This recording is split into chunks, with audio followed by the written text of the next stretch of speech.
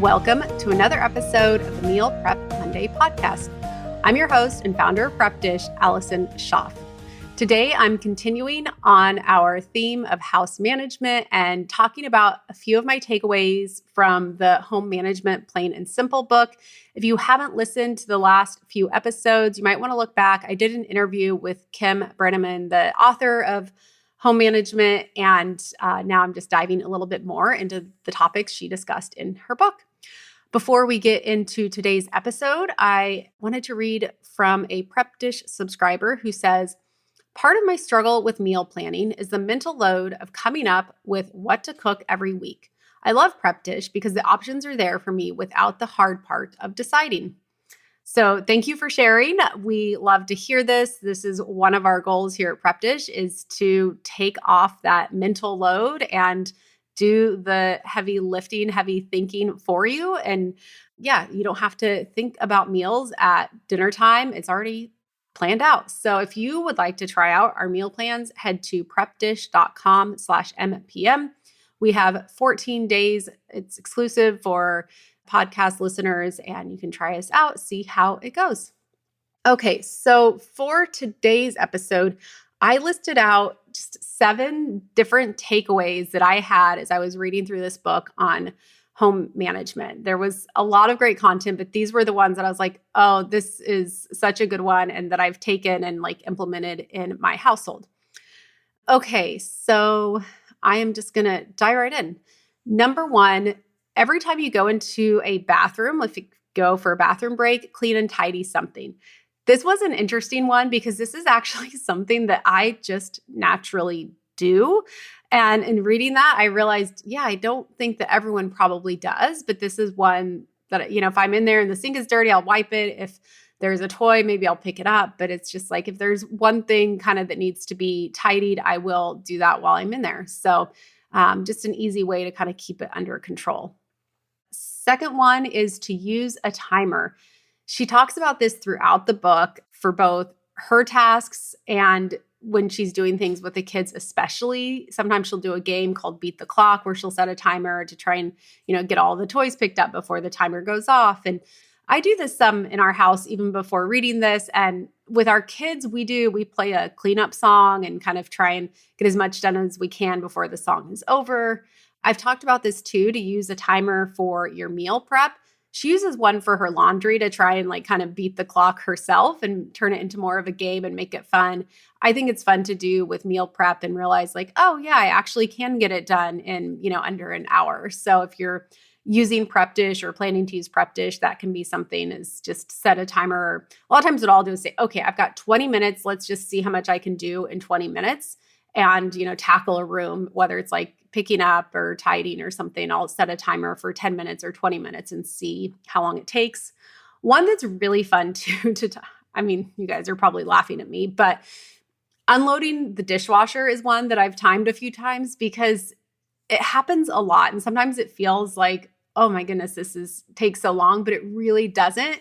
And so I think sometimes just setting the timer and realizing, oh my goodness, I can unload the dishwasher in 2.5 minutes. There's no reason to put that off or to drag my feet in doing it because it's such a quick and easy task. Okay. Number 3, a great mealtime starts at the end of the previous meal, meaning do all of the cleanup when you're done with lunch so that way when you head into dinner, you're not greeted by a bunch of dirty dishes. This is something that I've kind of always naturally done, but I like the way that she worded that. And I think it makes a lot of sense and just really helps to, kind of give you that motivation of, if I clean up after this meal, then the next meal is going to be a lot more enjoyable. And she gets her whole family involved with that. Okay. Number 4 is help with, she doesn't call it help with whining, but that's what it's turned into in my house. Is she teaches her kids that if they need her, they come over and put their hand on her arm versus, interrupting her, or in our household, screaming. So she recommends role playing it several times.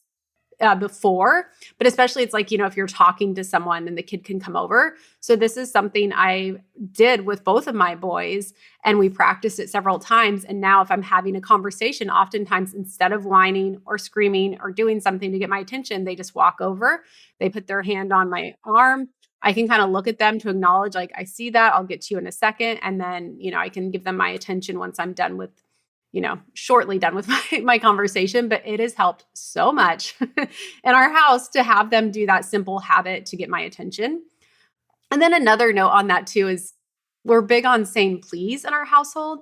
And I think she said this in the book somewhere, is to say, Mother, may I? And I taught my boys to say, Mother, may I? And this is just kind of a little thing that I find really cute. But when my boys need something, sometimes they'll say, Mother, may I please, whatever. So that's been a fun one. Okay, number 5, if something is going awry with the kids, ask yourself, is this a kid problem or a mom problem?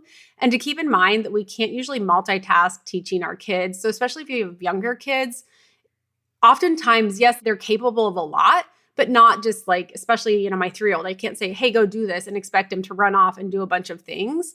But if I model it and have him do it with me, then he's going to be a lot more able to do that. But really just questioning if I'm running into issues with the kids is like, is this a kid problem or a mom problem? And that's a question I've really taken with me. And it's helped me to have a lot more patience with my kids, I think, as well.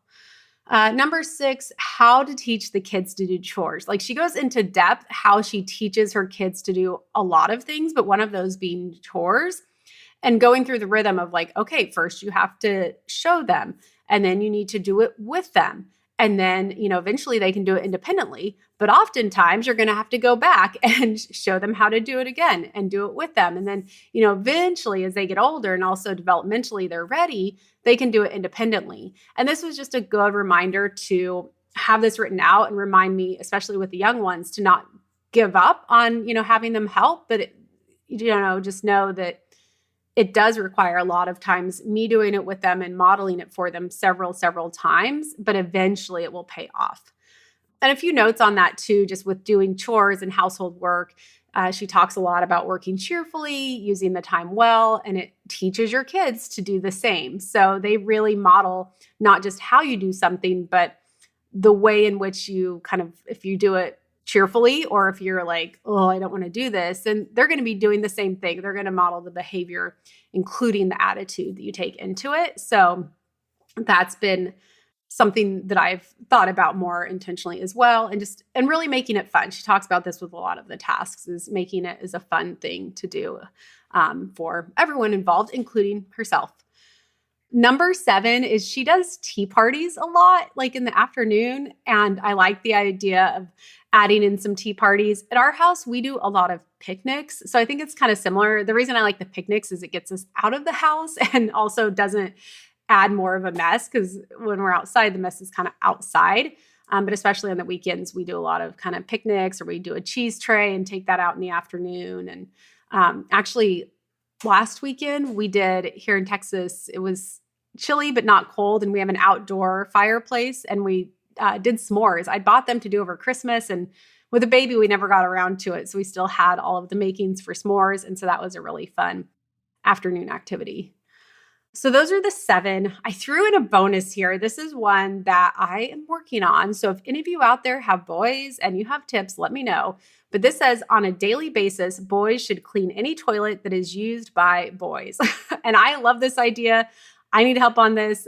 Having 4 boys in the house, I could really use some tips. And I should have asked her on our interview at what age, the boy is able to clean the toilet. So that's one that I'm kind of throwing out there. I still need to figure out the solution for that here at our house.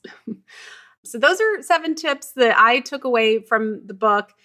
I hope you found some of these helpful. Again, some of them are small, but they've been such game changers here in my house. So that's all I have for this week. This is wrapping up kind of the house management portion of this series. Next week, I'm going to talk for, I think, 2 episodes on some clothing ideas and how I'm handling my clothing options lately. And a reminder that if you have not tried out our meal plans, it's prepdish.com/MPM. We have gluten-free, paleo, low carb, a super fast plan. It really just helps you to, get healthy, tasty food on the table every night. Let us do all of the planning for you, though. If you haven't tried them out and you're listening, go there. It's 14 days for free, so you can see if it's a fit. And then if not, just cancel and, you won't have to, no harm, no foul. So prepdish.com/MPM. Okay, that's all I have for this week. I'll be back again next Monday with another episode.